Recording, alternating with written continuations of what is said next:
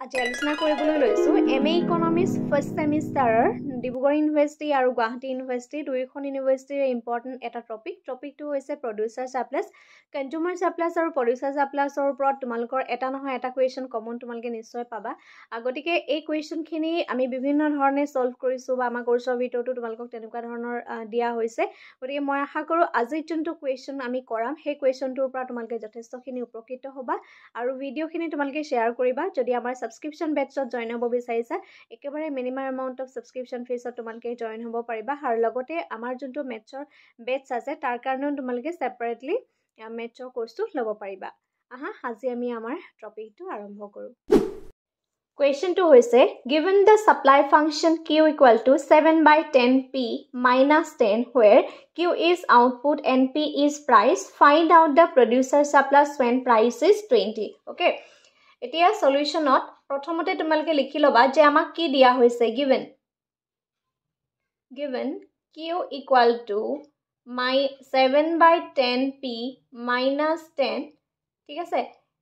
producer surplus and price equal to 20 ঠিক আছে এই কোৱেশ্যনটো আমাক দিয়া হৈছে এতিয়া এই কোৱেশ্যনটো যদি তোমালকে ভালদৰে মন কৰা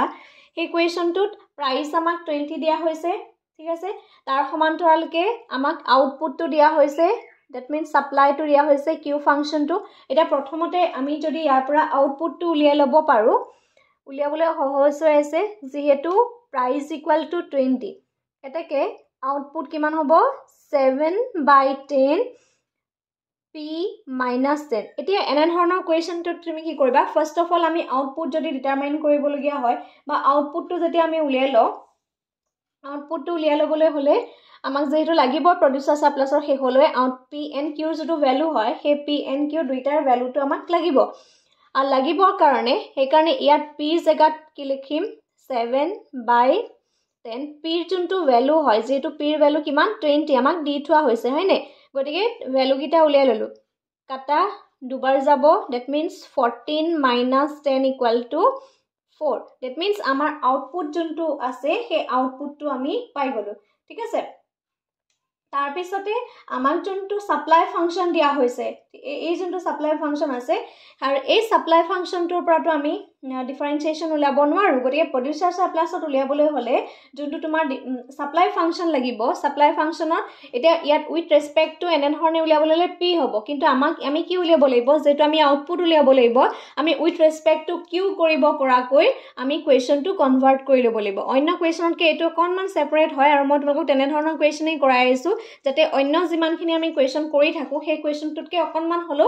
বেলেগ হয় ঠিক আছে এতিয়া চাবা যোনটো সাপ্লাই ফাংশন হয় now the supply function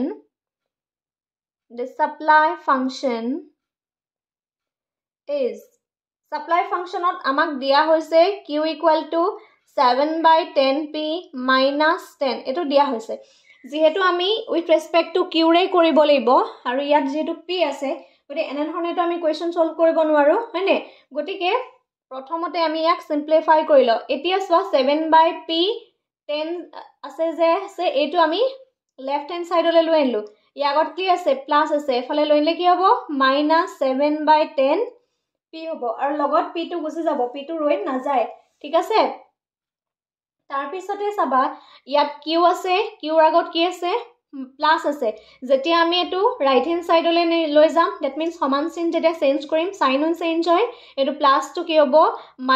-q again এটো -10 টো জনে ধৰণে আছে তেনে ধৰণে ৰাখি থ এতে a মাইনাস খিনি আমি যদি নোহোৱা কৰো তেতিয়া হলে মাইনাস টো প্ৰথমতে কমন লৈ লোৱা 7/10p ইয়াত মই যদি মাইনাস কমন লও q এখানে কি দিব লাগিব +10 দিব লাগিব কিয় দিব লাগিব সোয়া ইয়াত মাইনাস দিছো minus A plus A minus that mean minus q minus a plus a minus হয় না that means এটা minus 10 ওলাইছে হেকানে এখানে কি দিব লাগিব +10 দিব লাগিব এটা a minus টো আমি কি কৰিলো ক্যান্সেল কৰিলো মাইনাসৰ প্ৰবলেমটো আমি সলভ কৰি ললো তাৰ পিছতে আৰু এটা স্টেপ কৰি দিছো এই কোৱেশ্যনটো আমি এনেকৈ লিখিব পাৰো 7p/10 q + 10 ঠিক আছে এনে ধৰণেও আমি কৰিব পাৰো নেক্সট স্টেপত আৰু এটা স্টেপ যদি আমি সহজ কৰি লও তেতিয়া হলে এনেকৈ লিখি লোৱা 7p = 10 q plus 10. Okay, 7p equal to 10q plus 100. এতিয়া আমি ইয়াৰ পৰা p ৰ ভ্যালু উলিয়াই ল'ব পাৰিম। p ৰ ভ্যালু উলিয়াবলৈ হলে কি কৰিব লাগিব, ডিভাইড কৰি দিয়া plus 100 divided by 7. আমি ইয়াক এনে ধৰণে লিখিব পাৰো 10 by 7q plus 100 by 7. Okay, that means আমি এটা যোনটো p ৰ ফাংশন, সেই p ৰ ফাংশনটো আমি অলৰেডি উলিয়াই ললো। প্ৰডিউচাৰ সাপ্লাস উলিয়াবলৈ হলে তুমি তেনে ধৰণে যদি q থাকে, q থাকিলে নহব, তুমি তাক p লৈ কনভাৰ্ট কৰি ল'ব লাগিব, যেহেতু আমি আউটপুটটো উলিয়ামেই আৰু আউটপুটটো উলিওৱাৰ কাৰণে আউটপুটটো ভিতৰত থাকিব লাগিব। ঠিক আছে, now the producer surplus, যেতিয়া আমি producer surplus যেতিয়া উলিয়াম, now producer surplus is, producer surplus or formula লিখা ps, এতিয়া p into q minus integration ba, এইখিনি লিখিব লাগিব supply function। Okay, যেটো supply function আমাক দিয়া আছে, supply function to লিখিব লাগিব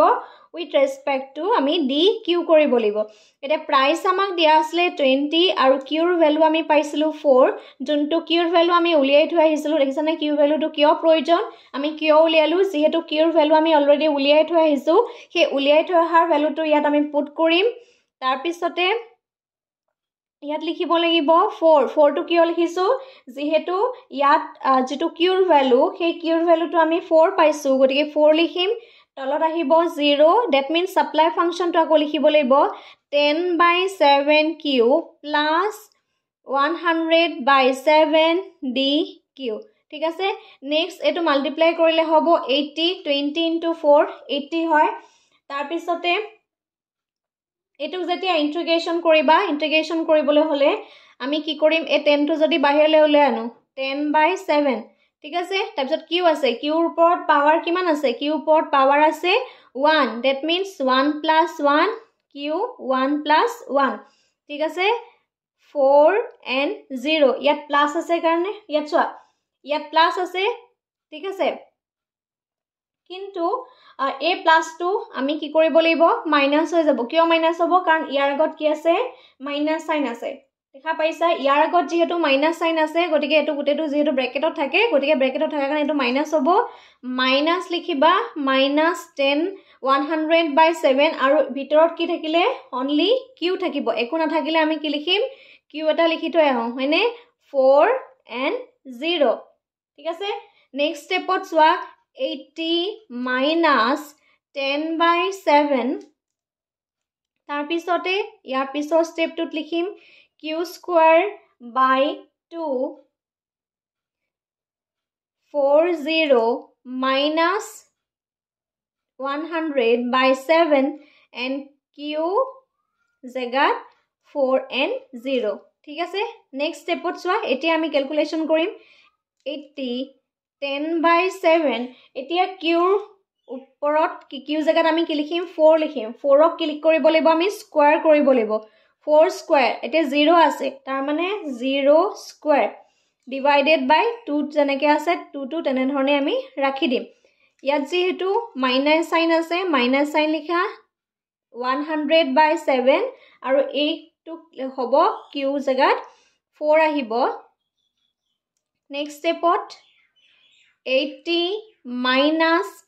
10 by 7, এটো ক্যালকুলেশন কৰা, ক্যালকুলেশন কৰিলে 4 ৰক স্কয়াৰ কৰিলে 16 divided by 2। ঠিক আছে, 16 divided by 2 হল minus 107, আৰু এই 4 টো কি হ'ব, মাল্টিপ্লাই হৈ যাব, ওপৰত 400 হৈ যাব। এতিয়া চোৱা, এটো আমি কটাকটি কৰিব পাৰিম, এটো কাটিলো কেবা যাব 8 বাৰ। ঠিক আছে, মই সাইডত লিখি দিছো, চোৱা ইয়ালে আহিলে এখানে পা কৰিছো 80 minus 10 by 7, আৰু এটা স্টেপ কৰি দিছো into 8 minus